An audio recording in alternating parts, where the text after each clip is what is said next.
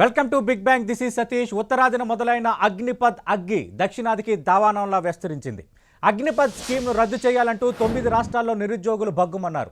రోడ్డెక్కి విధ్వంసానికి దిగారు. పలు రాష్ట్రాల్లో ఆందోళనకారులు రైలుకు నిప్పుపెట్టారు. సికింద్రాబాద్ రైల్వే స్టేషన్లో విధ్వంసం సృష్టించారు. రైలుకు నిప్పుపెట్టి ఆస్తులను ధ్వంసం చేశారు. పోలీస్ కాల్పుల్లో ఒకరు మృతి చెందగా పలువురు గాయపడ్డారు. అభ్యర్థులు అగ్నిపథ్ పథకాన్ని వ్యతిరేకిస్తుండగా కేంద్రం మాత్రం తగ్గేదిలే అంటోంది. అగ్నిపథ్ విషయంలో ముందుకు వెళ్తామని కేంద్ర రక్షణ శాఖ మంత్రి రాజ్నాథ్ సింగ్ స్పష్టం చేశారు. ఈ పథకం నిరుద్యోగులకు ఓ సువర్ణ అవకాశమని అన్నారు. అలాగే 4 ఏళ్ల పాటు సాయుధ బలగాల్లో వారు పని చేయవచ్చని చెప్పారు. మరోవైపు 4 ఏళ్ల తర్వాత ఏం చేయాలి అని అభ్యర్థులు ప్రధానంగా ప్రశ్నిస్తున్నారు. దేశవ్యాప్తంగా అగ్నిపథకు వ్యతిరేకంగా ఆందోళనలు ఉధృతమవుతుండడంతో ఇప్పుడు కేంద్రం ఏం చేయబోతోంది? దీనికి సంబంధించి మనం బిగ్ బ్యాంగ్ డిబేట్లో మాట్లాడబోతున్నాం. హాట్ టాపిక్గా మారిన ఈ అంశంపై మాట్లాడడానికి ప్రస్తుతం 10 టీవీ స్టూడియోలో ఉన్నారు టీఆర్ఎస్ నేత, టీఎస్ఎంటీసీ చైర్మన్గా ఉన్న క్రిషాంగ్ గారు, అలాగే కాంగ్రెస్ నేత, ఎన్ఎస్యూఏ రాష్ట్ర అధ్యక్షులుగా ఉన్న బల్మూరి వెంకట్ గారు, అలాగే భారతీయ జనతా పార్టీ అధికార ప్రతినిధిగా వ్యవహరిస్తున్న రాణి రుద్రం గారు డిబేట్లో జాయిన్ అవుతున్నారు. రైట్, రాణి రుద్రం గారు, నిన్న జరిగిన ఇన్సిడెంట్ చూశారు. కేవలం ఇక్కడికే పరిమితం కాలేదు, దేశవ్యాప్తంగా అదే తరహా నిరసనలు కనిపిస్తున్న అగ్నిపథ్కి సంబంధించి ఏం చెప్పబోతున్నారు నిన్న జరిగిన ఘటనపై? రైట్ అండి సతీష్ గారు, ముందుగా నిన్న జరిగినటువంటి అల్లర్లు దాడుల నేపథ్యంలో ఆ నిరసనల్లో ఒక ఆర్మీ అభ్యర్థి, అంటే నేను జవాన్ కావాలి, దేశానికి సేవ చేయాలి అనేటువంటి ఒక అభ్యర్థి ఆ నిరసనలో పోలీస్ కాల్పుల్లో చనిపోవడం అనేటువంటిది బాధాకరం, ఇది దురదృష్టకరం. నిజంగా వారి కుటుంబానికి సానుభూతి తెలియజేస్తున్నాము, వారి మృతికి సంతాపాన్ని కూడా తెలియజేస్తున్నాం. ఎందుకంటే ఒక సోదరుని కోల్పోవటము, అది కూడా దేశ రక్షణలో పాల్పంచుకోవాలనేటువంటి ఒక దేశభక్తి ఉన్నటువంటి సోదరుని కోల్పోవటం అనేటువంటిది మనమందరం కూడా బాధపడాల్సినటువంటి అంశం. అయితే ఈ మొత్తం వ్యవహారంలో ముందుగా మేము భారతీయ జనతా పార్టీ తరఫున ఒక అప్పీల్ చేస్తున్నాం. ఇవాళ ఆర్మీ అభ్యర్థులకు కావచ్చు, వారి తల్లిదండ్రులకు కావచ్చు, అగ్నిపథ్ పథకం అనేటువంటిది ఒక మంచి పథకము, దాన్ని పాజిటివ్ గా చూడండి. ఇవాళ జనరల్ గా జరిగేటటువంటి రిక్రూట్మెంట్స్ కి దీనికి ఎటువంటి సంబంధం లేదు. దేశ రక్షణలో యువతను భాగస్వామ్యం చేయాలనేటువంటి ఒక సదుద్దేశంతో కేంద్ర ప్రభుత్వం తీసుకొచ్చినటువంటి ఒక కొత్త పథకం ఇది. ప్రతి సంవత్సరం కూడా 45-50 వేల మందిని అభ్యర్థులను, యువతను, పర్టికులర్ గా 17.5 ఏళ్ల నుంచి 22 ఏళ్ల మధ్యలో వయసున్నటువంటి యువతను దేశ రక్షణలో భాగస్వామ్యం చేసి వాళ్ళని సైన్యంలో భాగస్వామ్యాలను చేయటం వల్ల దేశాన్ని కూడా స్ట్రెంథెన్ చేసినట్టు అవుతుంది. యువతకు కూడా దేశం పట్ల ప్రేమ, సమాజం పట్ల బాధ్యతను పెంచినట్లు అవుతుంది అనేటువంటి ఒక ఉద్దేశంతో తీసుకొచ్చారు. ఇవాళ చాలా దేశాల్లో కూడా ప్రపంచంలో చూసుకుంటే కొన్ని దేశాల్లో 1 సంవత్సరం ఖచ్చితంగా డిగ్రీ పూర్తయినటువంటి వాళ్ళు సైన్యంలో చేరాలనేటువంటి డిమాండ్లు ఉన్నాయి. కొన్ని దేశాల్లో ఖచ్చితంగా సైన్యంలో ఏదో ఒక సందర్భంలో పనిచేయాలనేటువంటి డిమాండ్స్ ఉన్నాయి. ఇవాళ భారతదేశంలో కూడా సరే, అది డిమాండ్ గా పెట్టకపోయినా కూడా ఎవరి ఇష్టం వచ్చినప్పుడు వాళ్ళే రావచ్చు అని పెట్టినా కూడా యాదృచ్ఛికంగా ఒక అవకాశాన్ని కల్పించాలి. వాళ్ళకు కూడా ఒక అవకాశం అంటూ ఉంటే ఒక 4 ఏళ్ల పాటు వెళ్లి వచ్చి తర్వాత వాళ్ళకు నచ్చినటువంటి పని చేసుకోవచ్చు అనేటువంటి విధానంలో ఇవాళ ఒక సైకిల్ లాగా తీసుకొని సంవత్సరానికి ఒక 45-50 వేల మందిని అలా చేర్చుకుంటూ పోతే ఏంటంటే ఒక 10-20 ఏళ్ల తర్వాత ప్రతి ఒక్కరు కూడా సైన్యంలో పనిచేసి వచ్చినటువంటి వాళ్లే తయారవుతారు. కాబట్టి అది భారతదేశానికి కూడా మంచిది అనేటువంటి ఒక ఉద్దేశంతో తీసుకొచ్చినటువంటి పథకం అండి. అండ్ ఇందులో ఈ పథకంలో కూడా ఒక మంచి బెనిఫిట్స్ ఉన్నాయి, అది అర్థం చేసుకోవాలనేటువంటిదే మా ఉద్దేశం. అంటే అంత బెనిఫిట్స్ ఉంటే, అంత సానుకూలత ఉంటే ఎందుకు ఆర్మీ అభ్యర్థుల్లో ఎంత అసహనం వస్తుంది, రేగుతోంది? అది కమ్యూనికేట్ కాలేదు సతీష్ గారు. వాస్తవానికి చెప్పాలంటే ఈ పథకము రాజ్నాథ్ సింగ్ గారు, కేంద్ర రక్షణ శాఖ మంత్రి, ఇంట్రడ్యూస్ చేసింది ఈ నెల 15వ తారీఖు. ఇవాళ వచ్చేసి డేటు 18వ తారీఖు. అంటే కేవలం మధ్యలో ఉన్నటువంటిది మనం చూసిన 2 రోజులు. ఈ 2-3 రోజుల్లోనే ఏమైందనంటే అసలు ఈ అగ్నిపథ్ పథకం ఏమిటి, దానివల్ల వచ్చే లాభాలు ఏమిటి, ఆల్రెడీ ఆర్మీ పరీక్షలు రాసినటువంటి అభ్యర్థులు వాళ్ళు ఫిజికల్ టెస్ట్, మెడికల్ టెస్ట్ వాళ్ళు ఆల్రెడీ అప్రోచ్ అయి ఉన్నారు. వాళ్ళు ఇంటర్వ్యూకి వెళ్లాల్సినటువంటి పరిస్థితి, ప్లస్ రిటర్న్ టెస్ట్ రాయాల్సినటువంటిది ఉంది. అయితే వాళ్ళకి నష్టం జరుగుతుందేమో అనేటువంటి ఒక భయం ఒకటి. 4 సంవత్సరాల కాలంలోనే వాళ్ళ ఉద్యోగాన్ని ఏమంటారు, దాన్ని తగ్గిస్తున్నారేమో, మేము జీవితకాలం పనిచేయాలనుకున్నాం కదా అనేటువంటి ఒక ఆందోళనతోటి అది వాళ్ళు పూర్తి స్థాయిలో ఈ పథకాన్ని అర్థం చేసుకోకుండా పూర్తి స్థాయిలో వాళ్ళు గతంలో రాసినటువంటి దానికి సంబంధించినటువంటి పూర్తి స్థాయి ఇన్ఫర్మేషన్ రాకముందే అది కొద్దిగా మిస్కమ్యూనికేట్ అయ్యి ఆందోళనలు రేకెత్తించి యువత లోపల వాళ్ళకై వాళ్ళు ఇది చేసుకున్నటువంటి అంశం కావచ్చు అనేటువంటిది ఒకటి ఉంది. రెండో అంశం ఏంటంటే కొన్ని సందర్భాల్లో యువత ఈ వయసులో ఉన్నటువంటి వాళ్ళు ఆందోళనతోనో, ఆవేశంతోటో, ఆక్రోషంతోటో పనిచేసినప్పుడు కొన్ని సంఘ విద్రోహ శక్తులు ఉండొచ్చు, కొంతమంది వాళ్ళ స్వప్రయోజనాల కోసం ఉన్నటువంటి రాజకీయ పార్టీలు కూడా వెనకాల నుంచి ప్రేరేపించవచ్చు. అట్లాంటి అవకాశాలు కూడా ఉంటాయి. అయితే మనం ఇప్పుడు ఏది కూడా ఇప్పుడే నిర్ధారించలేము, ఎందుకంటే ఇంటెలిజెన్స్ వ్యవస్థ ఉంది, పోలీస్ డిపార్ట్మెంట్ ఉంది. ఇందులో ఏం జరిగింది అనేటువంటిది సెన్సిటివ్ అంశం కాబట్టి వాళ్ళు ఒక నివేదిక ఇస్తే తప్ప మనము పూర్తి స్థాయిలో దీని గురించి చెప్పలేము. రైట్ కృషాంక్ గారు, ఒకటి మిస్కమ్యూనికేషన్ ఉంది. అసలు అగ్నిపథ్ ఏంటి, దాని విధి విధానాలు ఏంటి, 4 ఏళ్ల తర్వాత వచ్చే బెనిఫిట్స్ ఏంటి, వీటన్నిటి విషయంలో సరైన కమ్యూనికేషన్ క్యారీ కాలేదన్నది ఒకటి బీజేపీ ఇస్తున్న వివరణ. నెంబర్ 2, కొందరు ప్రొవోక్ చేశారు అని. ఒకటి, నిజంగా వీళ్ళ భారతీయ జనతా పార్టీ కేంద్ర ప్రభుత్వం తెచ్చే చట్టాలు మరి దేశ ప్రజలకు ఎందుకు అర్థం కావో మాకు అర్థం. రైతు చట్టాలు తీసుకొని వస్తారు, అది కమ్యూనికేట్ కాలేదు, వెనక్కి తీసుకుంటున్నాము అని చెప్తారు. డిమానిటైజేషన్ తీసుకొని వస్తారు, అది నల్లధనం బ్యాంకుల్లోకి తీసుకొని వస్తుంది అంటారు. మొత్తం అసలు ఇక బ్లాక్ మనీ వచ్చిన తర్వాత 15 లాక్ వంచుతాము అని చెప్తారు. ఆ డిమానిటైజేషన్ కూడా ఫెయిల్ అయిపోతుంది. అది కూడా ప్రజలకు అర్థం కాదు ఎందుకు వచ్చిందో అనేది. ఇప్పుడు ఈ అగ్నివీర్ అనేది తీసుకొని వచ్చి ఇది కూడా ఎవరికి అర్థం కాలేదు. అంటే ఎవరిని మీరు కన్సల్టెంట్ చేసి కనీసము ఒక కన్సెన్సస్ తీసుకొని వచ్చి దీని మీద ఎలాంటి స్టేక్ హోల్డర్స్ రాష్ట్ర ప్రభుత్వాలతోనన్నా మాట్లాడతారా, లేకుంటే పార్లమెంట్లోనన్నా మాట్లాడతారా అంటే లేదు, ఇష్టం వచ్చిన చట్టాలు తీసుకుంటారు. ఇవాళ దాని రిపర్కషన్స్ అనేటి ప్రతి ఒక్క స్టేట్లో including first BJP ruled states నుంచి వచ్చింది. వీళ్ళు క్రమేపీ ఒకటి గమనించాల్సిన అవసరం ఉన్నది. ఈరోజు ఇక్కడ మన దగ్గర నిన్న ఎన్మాస్ యంగ్స్టర్స్ అందరూ కూడా రావడానికి ప్రధాన కారణం వాళ్ళలో ఉన్న ఆవేశము. ఇక్కడ 2 విషయాలు 2 సపరేట్గా ఉన్నాయి. ఒకటేమో ఈ అగ్నిపథ్, ఇంకొకటేమో రిక్రూట్మెంట్. మొన్న సాయంత్రం అంటే ఫస్ట్ వీళ్ళు ఏం చేసిర్రు, ఫస్ట్ అనౌన్స్మెంట్ చేసినప్పుడు 17 to 21 అనేసి అన్నారు. ఆ తర్వాత మొన్న సాయంత్రం వారు అనౌన్స్ చేసిన తర్వాత ఇంకో 2 సంవత్సరాలు పొడిగిస్తున్నాము, కోవిడ్ కారణాల వల్ల మేము రిక్రూట్మెంట్ చేయలేదు కాబట్టి దీన్ని ఇంకో 2 సంవత్సరాలు, అంటే దే హావ్ లింక్డ్ ఈ అగ్నిపథ్ని అండ్ పాత రిక్రూట్మెంట్. అది చేసిన మొదటి తప్పు వీళ్ళు.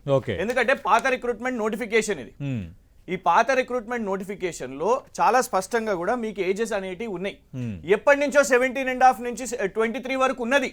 మీకు సోల్జర్స్ టెక్నికల్ ఉంటది, సోల్జర్ ఆర్మ్స్ ఉంటది, సోల్జర్ ట్రేడర్స్ ఉంటాయి, ఇవన్నీ రకరకాలుగా ఉన్నాయి. ఇందులో కేవలం ఓన్లీ సోల్జర్ ఆర్మ్స్ అంటే మీకు ఇందులో టోటల్ గా ఒక 6 కేటగిరీస్ ఉంటే ఇందులో ఒక్క కేటగిరీకి మాత్రమే 17.5 to 21 అనేది ముందు నుంచి ఉండే.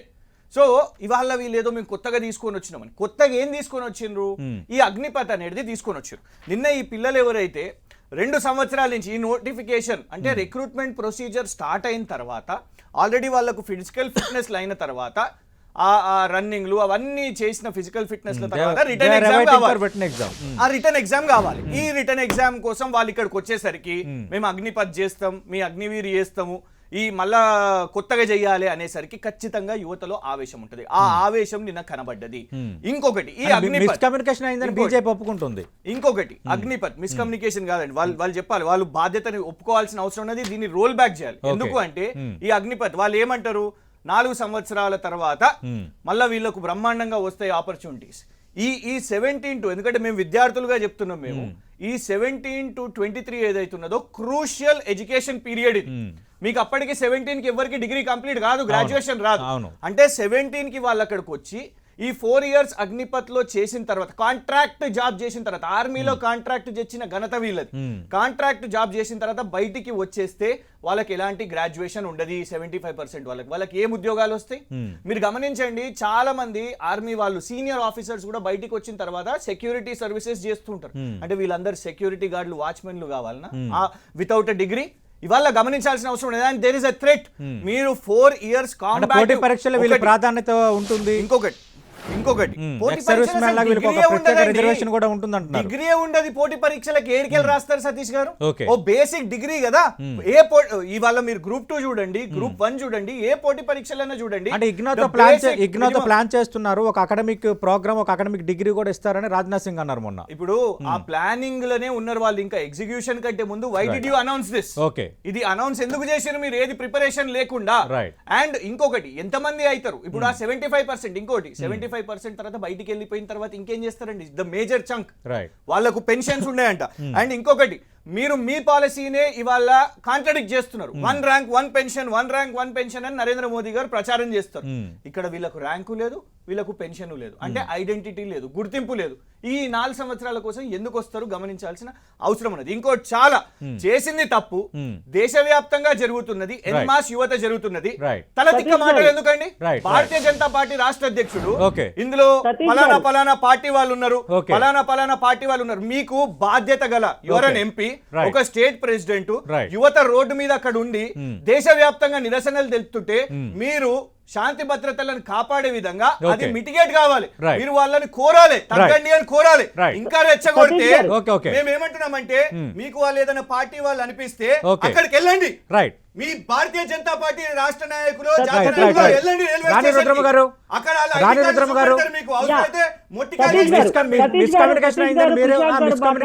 మీరే ఒప్పుకున్నారు, కానీ అదే సందర్భంలో మిగతా వాళ్ళు ప్రొవోక్ చేస్తున్నారనడం కరెక్టేనా? దాన్ని టీఆర్ఎస్ తప్పుపడుతోంది. రైట్, ట్రిపుల్ ఐటీ లో పిల్లలందరూ కూడా ధర్నాలు చేస్తున్నారండి. అంటే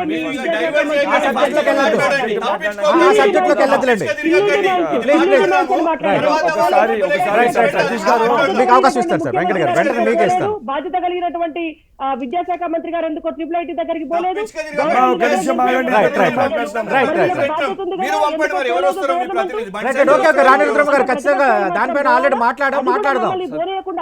ప్రధానంగా నిన్నటి ఇష్యూకి సంబంధించి నోటిఫికేషన్ లో మతలబ్ అనేది ఒక ఇష్యూ అయితే, రెండోది విన్నాను సతీష్ గారు.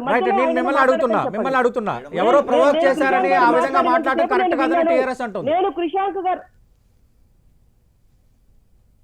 ఎవరో ప్రొవోక్ చేయలేదు, దేశవ్యాప్తంగా యువతలో పెళ్లిబిక్కిన ఆగ్రహం, ఆక్రోశం, ఆవేదన అంటున్నారు. రైట్ నిజంగానే యువతలో పెళ్లుబిక్కినటువంటి ఆగ్రహం అంటే నేను ఇందాకే మీకు చెప్పినాను.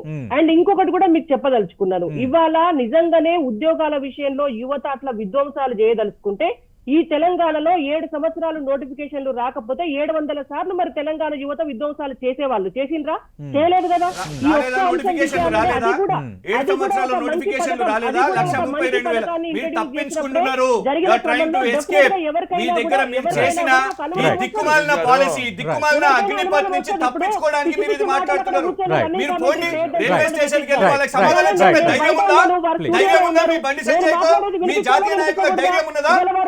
చెప్పండి, ఇక్కడ పరిష్కార విషయం అది కూడా అడుగుదాం.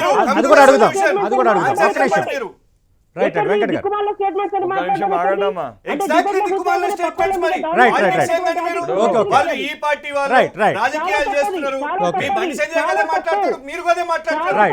రెస్పాన్సిబిలిటీ ఉందా మీకు? సమాజం పట్ల మీకు రెస్పాన్సిబిలిటీ ఉందా? రాజకీయ ఆరోపణల మీద కూడా మాట్లాడదాం. ఒక్క నిమిషం రాణి గారు, రుద్రం గారు కాదు సతీష్ గారు, పెంటను నేను సాఫ్ చేయాలి. మళ్ళీ వీళ్ళు రాజకీయాలు మాట్లాడతారా? వీళ్ళు పాల్గొన్నారు, వాళ్ళు మాట్లాడదాం. రుద్రం గారు ఒక్క నిమిషం. విద్యాశాఖ మంత్రి గారు ఎందుకు పోలేదు అక్కడికి? సిల్లీ డిమాండ్స్ అవి. కోసం విద్యార్థులు రోడ్డుకి ధర్నాలు చేసిండ్రా? అంటే వాళ్ళ కరెంట్ కట్ చేసి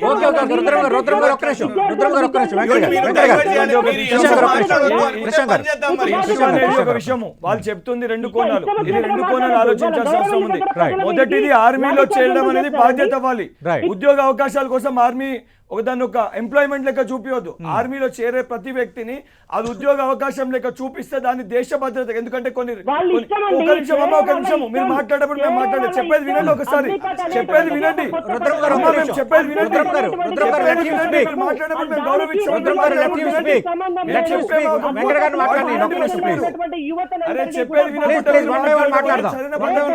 భారతదేశంలో యువతకు దేశ సేవ చేసేటటువంటి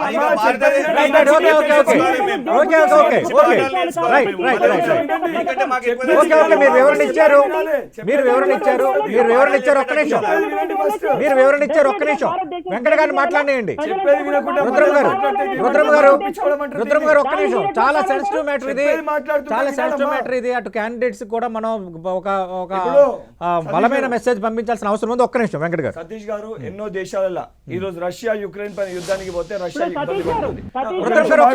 ఆగండి. మేము చెప్పినప్పుడు మమ్మల్ని చెప్పనీయకుండా మీరు చెప్పినప్పుడు అది కరెక్ట్ కాదు. నేను అప్పీల్ చేశాను. Yes I agree. అది రిపీట్ కాకుండా చూస్తాను. Yes I agree please. ఇప్పుడు నేను చెప్పేదాన్ని కూడా కమ్యూనికేట్ కానివ్వాలి కదా. రైట్ రైట్ కమ్యూనికేట్ అయింది ఒక్క నిమిషం రుద్రమ గారు కమ్యూనికేట్ అయింది ఒక్క నిమిషం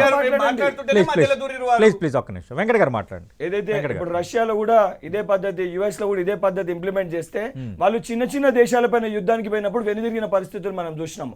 4 సంవత్సరాలకి యుద్ధం చేస్తున్న ఒక వ్యక్తి, అంటే 4 సంవత్సరాల కోసం ఒక పార్ట్ టైం లైక్ పోరాటం చేస్తున్న ఒక యోధుడు కానివ్వండి, ఫుల్ టైం ఉన్న కమిట్మెంట్స్ డిఫరెన్షియేషన్ ఉంటుందండి. 100% డిఫరెన్షియేషన్ ఉంటుంది. అది వేరే పెద్ద దేశాల్లో యుఎస్ లో మనము ఇప్పుడు రష్యాలో మనం చూడొచ్చు. ఆడ చిన్న చిన్న దేశాలపైన యుద్ధాలు ఓడిపోయి వెనుదిరిగిన పరిస్థితులు మనం చూసినాం.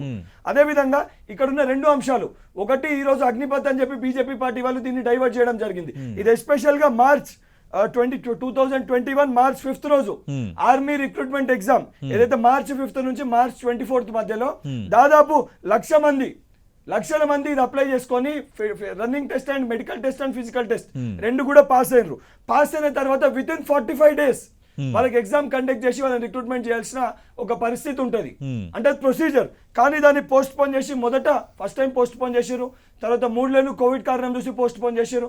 మళ్ళీ కోవిడ్ పెరిగిందని 2వ పోస్ట్ పోన్ చేశారు. దాని తర్వాత మళ్ళీ సెకండ్ వేవ్ అని చెప్పి 6 నెలలు పోస్ట్ పోన్ చేశారు. మొత్తం సంవత్సరం పోస్ట్ పోన్ అయింది. సంవత్సరం పోస్ట్ పోన్ అయిన తర్వాత దాదాపు వీళ్ళందరూ కూడా 2 లక్షల రూపాయలు ఖర్చు పెట్టుకున్నారు. వీళ్ళందరూ కూడా పేద మధ్య తరగతి కుటుంబంలోకి వెళ్ళి వచ్చిండ్రు. దాదాపు ఇందులో మొత్తం 2000 మంది సెలెక్ట్ అయినరు. సెలెక్ట్ అయినాక అగ్నిపథ్ ఎగ్జామ్ తీసుకొని వచ్చి ఈ రిక్రూట్మెంట్ క్యాన్సిల్ అయిపోయింది, మీ ఏజ్ లిమిట్ దాటిపోయింది, ఆల్రెడీ 2 years దాటింది. అగ్నిపథ్ లోపల 21 years కి అప్లై చేసుకోవాలంటే ఇన్ని రోజులు మేము కష్టపడి 2 లక్షల రూపాయలు అప్పు చేసి కట్టి ఇప్పుడు జాబ్ వస్తుంది డైరెక్ట్ ఎగ్జామ్ రాసే టైంలో, అంటే ఆల్మోస్ట్ 1,00,000 మందికి 2,000 మంది సాగ్రిగేట్ అయినరు. 2,000 మందికి మేము వచ్చి లాస్ట్ ఇంకా జాబ్ లోకి ఎక్కే టైంలో ఎగ్జామ్ క్యాన్సిల్ అయిపోయిందంటే ఆ కోపం ఎట్లుంటది, ఆ పరిస్థితులు ఏ విధంగా ఉంటాయి. ఎవరు కూడా నిజంగా ఏదో రాజకీయ పార్టీలు ప్రోత్సహించి చేస్తే తూటాలు పేలుస్తుంటే విద్యార్థులు ఉంటారండి అక్కడ. నిజంగా ఎవరో ప్రోత్సహించి వస్తే బుల్లెట్లు తాకుతుంటే అక్కడ ఉండరు. ఒక బాధ, ఒక ఆవేదన, ఒక నొప్పి, కుటుంబం ఎటుపోతుంది, మా తల్లిదండ్రుల పరిస్థితి ఏంది, మా ఉద్యోగాలు రాకపోతే రేపు పొద్దున మా జీవితాల పరిస్థితి, మేము దేశ సేవ కోసం పనిచేయాలనుకుంటున్నాము, జీతాల కోసం కాదని పిల్లలు చెప్తున్నారు. ఇంకొక కోణంలో కూడా మనం ఆలోచించాలి. వాళ్ళు ఏమంటారు, రేపు పొద్దున మేము వేరే శక్తులతోటి కలిస్తే రేపు పొద్దున పరిస్థితి ఏంది, ఇది పెను ప్రమాదము, రాష్ట్రానికి దేశానికి ఇది పెను ప్రమాదము. బీజేపీ పార్టీ కోణంలో ఆలోచించి వారు భరోసా కల్పించాల్సిన ఒక బాధ్యత పక్కన పెట్టి దీన్ని రాజకీయంగా వాడుకోవడం అనేది, ఆ కోణంలో చూడడం అనేది చాలా బాధాకరము, చాలా తప్పు. ఇప్పటికన్నా మీరు ఇచ్చిన స్టేట్మెంట్స్ కానీ ఎవరైతే మీరు నిజంగా మీకు చిత్తశుద్ధి ఉంటే సంబంధించిన మీ మంత్రులు కానివ్వండి, లేకపోతే మీ పార్టీ అధ్యక్షులు కానివ్వండి, మీరు ఆ విద్యార్థుల దగ్గరికి వెళ్ళండి, వెళ్ళి మీరు సర్దుమనిగేది ఉండే, మీరు ఇష్యూ చెప్పేది ఉండే వారికి, మీరు ఎక్స్ప్లెనేషన్ ఇచ్చారండి, మీరే చెప్తారు. ప్రాపర్ ఎక్స్ప్లెనేషన్ ఇయ్యాక తప్పు మీ దగ్గరికి వెళ్ళి జరిగి మీరు తీసుకున్న డెసిషన్ వల్ల ఈ రోజు ఈ పరిస్థితులు వచ్చినాయి అంటే దాన్ని మీరు అవును తప్పు జరిగిందంటే ఈ రోజు ఒక నిండు ప్రాణాన్ని కోల్పోయిండు, ఒక దేశ సేవ చేద్దాం అనుకో ఒక యువకుడు చనిపోయిండు. ఆ కుటుంబంలో ఎందుకంటే వాళ్ళ అక్కని చూసి ప్రోత్సాహమై, ఒక కుటుంబంలో వాళ్ళ అక్కను చూసి నేను కూడా ఆర్మీకి పోయి దేశానికి సేవ చేయాలనుకుంటూ ఈ రోజు ఆ చనిపోయిన విద్యార్థి కుటుంబానికి ఎవరు చెప్తారు, వారికి ఎవరు న్యాయం చేస్తారు? కేవలం మనం సానుభూతి వ్యక్తం చేస్తే రేపు పొద్దున ఆ బాధ అనుభవించాల్సింది ఆ కుటుంబము. రేపు పొద్దున ఉన్న ఇప్పుడు చాలా మంది అలా వేలాది మంది విద్యార్థులకి, ఆ వేలాది మంది ఎవరైతే అక్కడ ఉన్న ఆర్మీ జవాన్లకు, కాబోయే ఆర్మీ జవాన్లకు దేశ సేవ చేయాలనుకుంటున్న ఆర్మీ జవాన్లకి మనం ఏం మెసేజ్ ఇస్తున్నాము? ఆ కోణంలో ఆలోచించండి తప్ప దయచేసి దీన్ని రాజకీయ లబ్ధి కోసం వాడి వేరే ఇతర పార్టీలపైన రుద్ది తప్పించుకున్నామనే ప్రయత్నం చేయకండి. ఆ రకమైన ప్రయత్నాలు చేస్తే మళ్ళా ఆ యొక్క వ్యక్తులకు కానీ అప్లై చేసుకున్న విద్యార్థులకు కానీ మనం రాంగ్ మెసేజ్ ఇచ్చిన వాళ్ళం అవుతాము.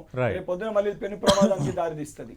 రైట్, రాణి రుద్రం గారు, ఓకే, రాజకీయ ఆరోపణలు విమర్శలు ఒక్క నిమిషం పక్కన పెడదాం.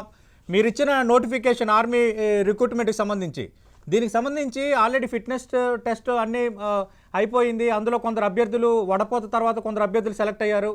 వాళ్ళకి 45 రోజుల్లో రిటర్న్ ఎగ్జామ్ నిర్వహించాలి. బట్ కోవిడ్ కారణంగా, అప్పుడున్న పరిస్థితుల కారణంగా ఇప్పటికే 2 సార్లు వాయిదా పడింది. ఇప్పుడు వాళ్ళ ఏజ్ గ్రూప్ కూడా మారిపోతుంది. రెండోది, ఇప్పుడు అగ్నిపథ్ వస్తుంది కాబట్టి ఇంకా రిక్రూట్మెంట్ ఉండదన్న ఒక సిగ్నల్ పోవడం కూడా అభ్యర్థుల ఆగ్రహానికి కారణమవుతుందన్నది ఒకటి. 2, అగ్నిపథ్కి మీరు పెట్టిన ఏజ్ గ్యాప్ 17 నుంచి 21 సంవత్సరాలు, అది కూడా మేము దాటిపోతున్నాము.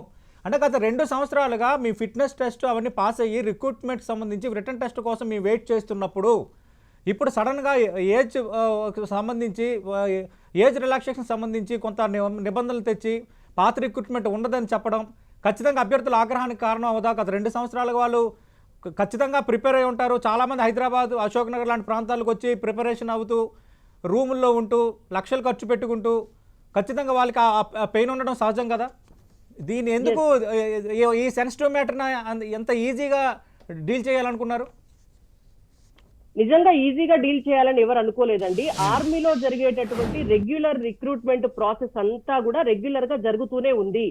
అగ్నిపథ్ అనేటువంటిది కొత్తగా తీసుకొచ్చి ఇంకా కొంతమందికి ఎక్కువ ఎంప్లాయ్మెంట్ ఇచ్చేటటువంటి స్కీమ్. దీన్ని నిజంగా చెప్పాలంటే కూడా ఇది ఎంప్లాయ్మెంట్ స్కీమ్ అనడం కంటే దేశ రక్షణలో యువతను భాగం చేయడం కోసం తీసుకొచ్చినటువంటి ఒక స్కీమ్ అనేటువంటిది దయచేసి అందరూ కూడా గుర్తించాల్సినటువంటి అంశం. ఇంకొకటి, ఇందాక వెంకట్ గారు మాట్లాడుతూ ఒక మాట అన్నారు, 4 ఏళ్లు పనిచేసి వచ్చిన తర్వాత మేము ఏమంటారు సంఘ విద్రోహ శక్తుల్లో చేరిపోతే దానికి ఎవరు బాధ్యులు అని యువతనే అంటున్నారు అని. అంటే ఎవరన్నా దేశ సైన్యంలోకి పోవాలి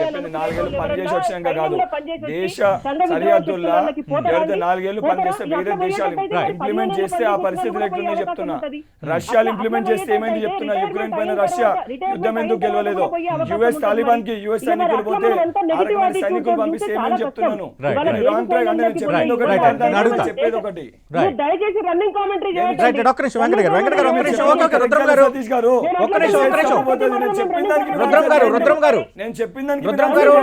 ఆర్మీ అభ్యర్థుల్లో కోపానికి కారణం ఏంటో మనకు అర్థమవుతుంది. ఆర్మీ అభ్యర్థుల్లో కోపానికి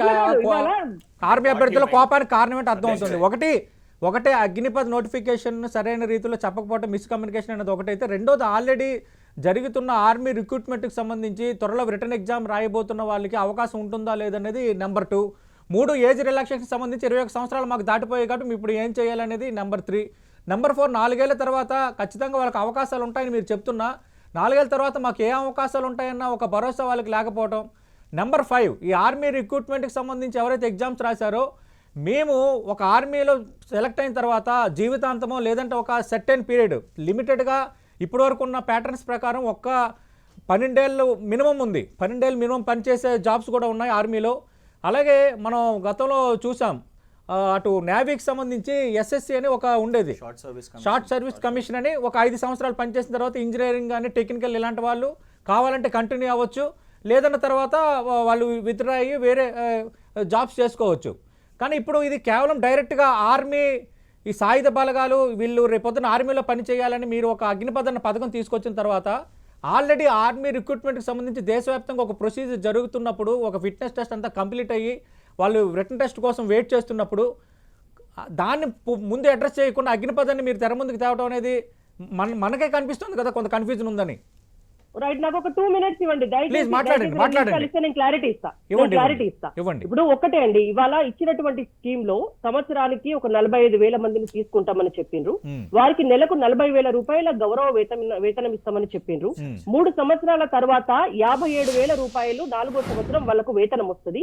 ఈ 4 years లో 6 months ట్రైనింగ్ పీరియడ్, 3.5 years వాళ్ళు వర్క్ చేస్తారు. అయితే ఈ 4 సంవత్సరాల తర్వాత రిటైర్ అయ్యేటటువంటి టైంలో ఈ 4 సంవత్సరాల్లో వాళ్ళ జీతభత్యాల్లో నుంచి కొంత అమౌంట్ ఏదైతే పక్కన పెడతారో ఆ అమౌంట్ కు సరిపడా ఈక్వల్ అమౌంట్ ని సెంట్రల్ గవర్నమెంట్ యాడ్ చేసి వీళ్ళకు 5.5 లక్షల రూపాయలు దాచుకుంటే 5.5 లక్షల రూపాయలు గవర్నమెంట్ కలిపి వీళ్ళకు 11 లక్షల రూపాయల ఫండ్, అంటే దానికి ట్యాక్స్ బెనిఫిట్స్, ట్యాక్స్ ఏం ఎగ్జెంప్షన్ లేకుండా, ట్యాక్స్ గిక్స్ ఏం కట్టాల్సిన అవసరం లేకుండా ఆ డబ్బులు వీళ్ళ చేతికి ఇస్తారు. దాంతో పాటు బ్యాంక్ లోన్స్ కి అష్యూరెన్స్ ఇస్తారు, వీళ్ళకి బ్యాంక్ లోన్స్ ఇవ్వచ్చు ఏ షూరిటీ అవసరం లేకుండా అని. సో దట్ బయటకు వచ్చినటువంటి వాళ్ళు ఏదన్నా కుటీర పరిశ్రమలు కావచ్చు, లేదంటే చిన్న చిన్న బిజినెస్లు కావచ్చు, అవి పెట్టుకోవచ్చు. ఒకటి. నెంబర్ 2, ఇంటర్మీడియట్ కి సంబంధించినటువంటి ఈక్వలెంట్ సర్టిఫికేట్ కూడా ఇస్తారు. వాళ్ళు ఇచ్చినటువంటి డబ్బుతో 4 సంవత్సరాల తర్వాత బయటకు వచ్చిన తర్వాత వాళ్ళ ఎడ్యుకేషన్ ని కూడా కంప్లీట్ చేసుకునేటటువంటి అవకాశం ఉంటుంది. ఇవాళ కేవలము అది గతంలో ఉన్నటువంటి 5 సంవత్సరాల సర్వీస్ ఉన్నది, అప్పుడెవరికి అబ్జెక్షన్ కాలేదు. 10 సంవత్సరాల సర్వీస్ ఉన్నది, అప్పుడెవరికి అబ్జెక్షన్ కాలేదు. ఇవాళ 4 సంవత్సరాల సర్వీస్ పెట్టి అన్ని ఇచ్చి ఇంకా వాళ్ళకి జీవిత బీమా కూడా 45 లక్షల రూపాయల హెల్త్ బెనిఫిట్ కూడా, హెల్త్ బీమా కూడా వస్తుంది. జీవితకాలం వాళ్ళకి ఎప్పుడు ఏం జరిగినా కూడా 45 లక్షల రూపాయల ఇన్సూరెన్స్ కవర్ చేస్తుంది వాళ్ళకి. ఒకవేళ ఈ 4 సంవత్సరాల కాలంలో గనక దేశ రక్షణలో భాగంగా ఏదైనా యుద్ధానికి పోయినా లేదంటే ఏదైనా యాక్సిడెంటల్ గా ఏదైనా జరిగినా కూడా వాళ్ళకి గనక ఏమైనా చనిపోతే 48 lakhs రూపీస్ డబ్బులు చెల్లిస్తారు వాళ్ళ కుటుంబానికి.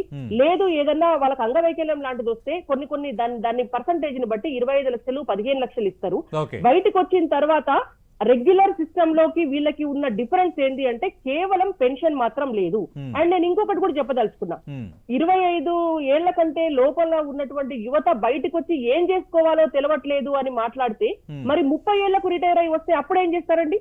30, 35, 40 ఏళ్లకైతే అప్పుడు ఇంకా కొత్తగా ఏం చేయలేరు కదా. 25 ఏళ్ల యువత బయటకు వస్తే వాళ్ళు ఏదైనా చేయగలుగుతారు. 22 ఏళ్ల నుంచి 25 ఏళ్ళు 30 ఏళ్ళు అనేటువంటిది ఒక మంచి జీవితాన్ని మంచి ప్లానింగ్ చేసుకోవడానికి అవకాశం ఉంటది. సొసైటీలో వాళ్ళకు ఒక రెస్పెక్ట్ ఉంటది.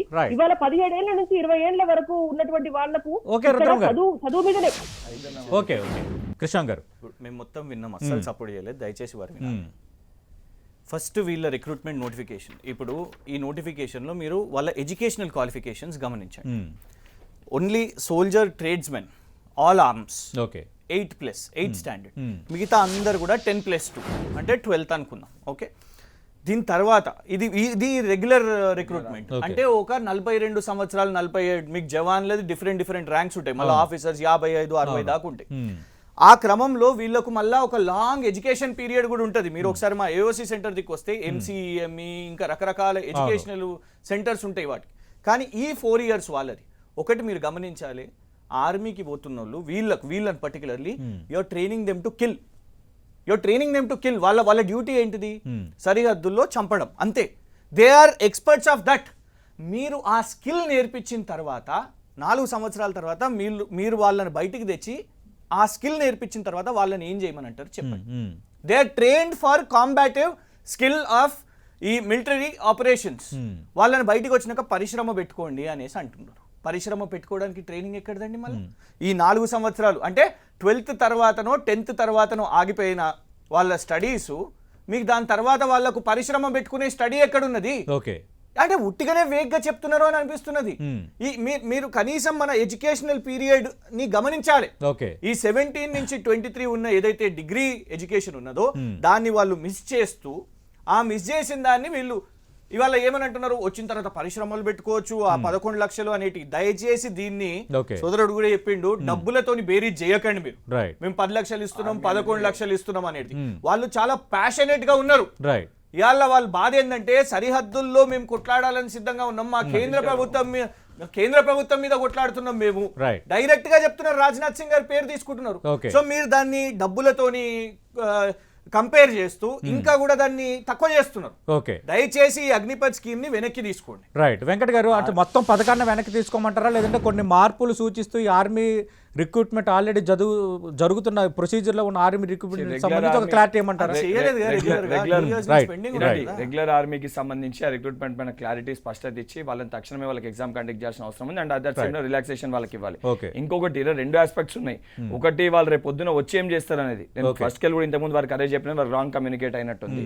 ఏదైతే దేశ సరిహద్దుల్లో అంటే ఇది ఆల్రెడీ అమెరికా అండ్ రష్యా ఆ కంట్రీస్ ఇంప్లిమెంట్ చేసినాయి. ఏది 4 years 3 or 5 years చేసిన టైంలో వాళ్ళు చాలా దేశంలో ఎవరైనా ఆర్మీలో రావచ్చు, ఎప్పుడైనా దేశ సేవకి అక్కడ ఏమవుతుంది అంటే సిద్ధంగా ఉండాలన్న వాతావరణం ఉన్నప్పుడు ఇది చేస్తే తప్పేంటనేది బీజేపీ అడుగుతున్న ప్రశ్న. ఆ కమిట్మెంట్ లెవెల్స్ అనేటి ఇప్పుడు ఆ కమిట్మెంట్ పెద్ద దేశాలు, రష్యా కూడా ఇబ్బంది పడుతుంది యుక్రెయిన్ పైన. మనం యుఎస్ కూడా ఆర్మీ దళాలు తాలిబాన్ పంపించినప్పుడు ఓడిపోయి వెనుదిరిగిన పరిస్థితులు మనం చూసినాం. ఆ కమిట్మెంట్ లెవెల్స్ అనేవి డిఫరెంట్ గా ఉంటాయి. ఆర్మీ అనేది ఎప్పుడు కూడా ఉద్యోగ అవకాశాల కోసం చూడొద్దు, అది ఒక బాధ్యత. ఒక బాధ్యతని ఈరోజు అన్ఎంప్లాయ్మెంట్ లెక్క చూడడానికి యువత సహిస్తలేదు. దేశభక్తి అందరికి ఉంటుంది. రేపు పొద్దున నిజంగా పరిస్థితులు వచ్చి కొట్లాడేది ఉంటే మేమందరం కూడా కట్టెలు పట్టుకొని పోతాము దేశ సరిహద్దుల ప్రొటెక్షన్ కోసం. ఆల్ డ్యూ రెస్పెక్ట్ ఏంటిదంటే గతంలో ముంబై మాఫియా ఎట్లా పెరిగింది అంటే అటు యాంటీ సోషల్ ఎలిమెంట్స్ తో పాటు చాలా మంది ఇన్ఫాక్ట్ పోలీస్ ఆఫీసర్స్ కూడా కొందరు అటు షిఫ్ట్ అయిన వాళ్ళు, ఎక్కువ మనీ కనబడ్డది కాబట్టి షిఫ్ట్ అయిన హిస్టరీస్ కూడా ఉన్నాయి కొన్ని. సో మేము అనేది ఏంటంటే ఇక్కడ మర్సినరీస్ ఉంటారు, యాంటీ సోషల్ ఎలిమెంట్స్ ఉంటారు. ఇట్లాంటి ట్రైన్డ్ వాళ్లకు పాపం బయటికి వచ్చిన తర్వాత 4 సంవత్సరాలకి రిటైర్మెంట్ అయిన తర్వాత వాళ్ళకు స్కిల్ ఒట్టి ఈ షూటింగ్ స్కిల్లే ఉన్న తర్వాత వాళ్ళకు వేరే బిజినెస్ వేరే ఎంప్లాయ్మెంట్ లేకపోతే ఎటువైపు వెళ్తది అని ప్రశ్నిస్తున్నాం. దాన్ని వీళ్ళు అర్థం చేసుకోవాలి, రుద్రం గారు ఒక్క నిమిషం. రాజకీయ పార్టీలు చేస్తున్న ఆరోపణలు, అభ్యంతరాలు, ఇష్యూస్ దాన్ని రాజకీయంగా చూడకుండా కేవలం నిన్న ఒక సికింద్రాబాద్లోనే ఇది చోటు చేసుకోలేదు కదా, నిన్న కూడా దేశవ్యాప్తంగా ఇదే తరహా నిరసనలు మొన్న కూడా మనం చూస్తున్నాం. దీన్ని కరెక్ట్గా కమ్యూనికేట్ చేసే దిశలో లేదంటే వస్తున్న అభ్యంతరాల నేపథ్యంలో మళ్ళీ రీథింక్ చేసే అవకాశం ఉందా, లేదంటే అగ్నిపథ్కి సంబంధించి మీరు తీసుకొస్తున్న ఈ కొత్త రిక్రూట్మెంట్ స్కీమ్లో మార్పుల్ని ఆశించవచ్చా? ఇప్పుడు ఒకటండి, ఇందాక సోదరులు బాగా అంటే చెప్పినారు ఇది ఎంప్లాయ్మెంట్ గా చూడొద్దు అని. ఎంప్లాయ్మెంట్ గా చూడొద్దు, ఎంప్లాయ్మెంట్ గా చూడని మేము కూడా ఎంప్లాయ్మెంట్ గా చూస్తలేము దాన్ని దేశ రక్షణలో భాగంగా చూసినప్పుడు 4 ఏళ్ళు పనిచేసి రావాలి అనేటువంటిది దేశ సేవలో భాగంగా పనిచేసి వస్తారు. దాన్ని ఎంప్లాయ్మెంట్ కి ఎందుకు చూస్తున్నారు మీరు? అండ్ ఇంకొకటి, ఆర్మీలకు పోయిన తర్వాత ఓన్లీ షూట్ చేసి చంపడం మాత్రమే నేర్పిస్తారని ఎవరు చెప్పిండ్రు వీళ్ళకు? ఆర్మీలకు పోయిన తర్వాత చాలా నేర్పిస్తారు. వీళ్ళేమన్నా పోయి ట్రైనింగ్ అయ్యి వచ్చిండ్రా? అక్కడ ఏం నేర్పిస్తారో చూసి చెప్పడానికి అది చాలా రాంగ్ స్టేట్మెంట్.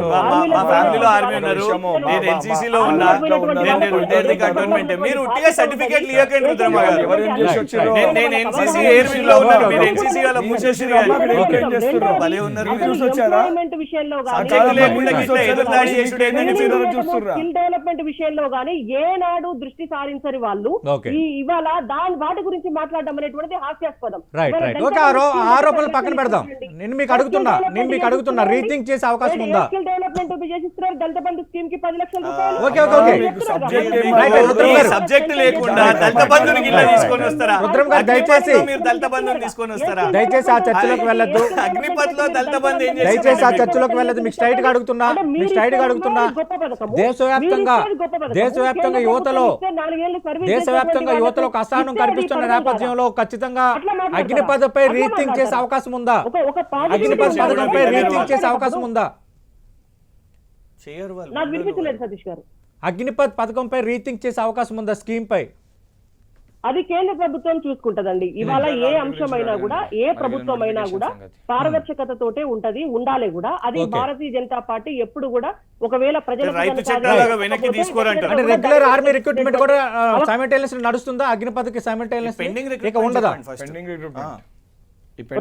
సతీష్ గారు నేను అదే చెప్తున్నాను. ప్రధానంగా అభ్యర్థుల అభ్యంతరం ఈ పెండింగ్ రిక్రూట్మెంట్. పెండింగ్ రిక్రూట్మెంట్ 2000 మంది ఉన్నారండి. 2000 మెంబర్స్ ఈ పెండింగ్ రిక్రూట్మెంట్ మన దగ్గర హకీంపేట్ ఈ రిక్రూట్మెంట్ ఉంటుందా ఉండదా? రైట్, వాటన్నిటికీ సంబంధించి కూడా దేశవ్యాప్తంగా ఉన్నటువంటి పరిస్థితుల నేపథ్యంలో గతంలో ఆల్రెడీ ఉన్నటువంటి పెండింగ్ అయినటువంటి రిక్రూట్మెంట్ల పరిస్థితి ఏమిటి, ఇవాళ ఉన్నటువంటి అగ్నిపథ్ కి సంబంధించినటువంటి నోటిఫికేషన్ ని ఎప్పుడు ఇస్తారు, దానికి సంబంధించినటువంటి క్లారిటీస్ అన్ని కూడా రాజ్నాథ్ సింగ్ గారు డెఫినెట్ గా ఎప్పటికప్పుడు చెప్తూనే వస్తున్నారు. మనం వెయిట్ చేద్దాం. అంటే 1-2 రోజులు వెయిట్ చేస్తే మనకి ఇంకా కూడా ఆర్మీ చీఫ్ గానీ లేదంటే రక్షణ శాఖ మంత్రి దగ్గర నుంచి కానీ ఒక క్లారిటీ వస్తుంది. మనం ఓపిక లేకుండా 2 రోజులకే మొత్తం ఓపిక మీ నాయకులకు లేదు. చెప్పే బదులు మీరు రాజకీయాలు. థ్యాంక్ యూ రుద్రమ్మ గారు, థ్యాంక్ యూ వెంకట్ గారు, థ్యాంక్ యూ కృష్ణ గారు. చాలా సెన్సిటివ్ మ్యాటర్ ఇది. ఎందుకంటే ఆర్మీ అభ్యర్థులు ఆల్రెడీ రిక్రూట్మెంట్ ఒకటి ఆల్రెడీ ఎగ్జిస్టెన్స్ లో ఉన్న నేపథ్యంలో దాని సంగతి ఏంటన్న ఒక ప్రశ్న బలంగా దేశవ్యాప్తంగా అభ్యర్థుల్లో వినిపిస్తోంది. అగ్నిపథ్ వచ్చిన తర్వాత ఆ రిక్రూట్మెంట్కి సంబంధించిన రిటర్న్ టెస్ట్ ఉంటుందా ఉండదన్న ఒక క్లారిటీ కేంద్ర ప్రభుత్వం ఇవ్వకపోవడం, 15వ తారీఖునే రాజ్నాథ్ సింగ్ ప్రకటించి 3 రోజుల్లోనే అన్ని పత్రికల్లో, ప్రధాన పత్రికల్లో, జాతీయ మీడియాల్లో ప్రకటనలు ఇచ్చేయడంతో ఒక్కసారిగా అభ్యర్థుల్లో ఒక రకమైన అయోమయం గురయ్యారనేది చాలా సుస్పష్టంగా కనిపిస్తోంది. వీటన్నిటి నేపథ్యంలో ఇది బెటర్ స్కీమ్ అని కేంద్రం చెప్తున్నది. మరోవైపు అభ్యంతరాలు వస్తున్నాయి, పొలిటికల్ పార్టీస్ నుంచి విమర్శలు వస్తున్నాయి. వీటన్నిటికీ మరి కేంద్రం ఎలాంటి క్లారిటీ ఇవ్వబోతుంది, దేశవ్యాప్తంగా యువతలో రేగుతున్న ఈ అసహనానికి ఎలా అడ్డుకట్ట వేయబోతుంది, రానున్న రోజుల్లోనే సమాధానం దొరకబోతోంది. ఇది వాటి బిగ్ బ్యాంగ్ డిబేట్.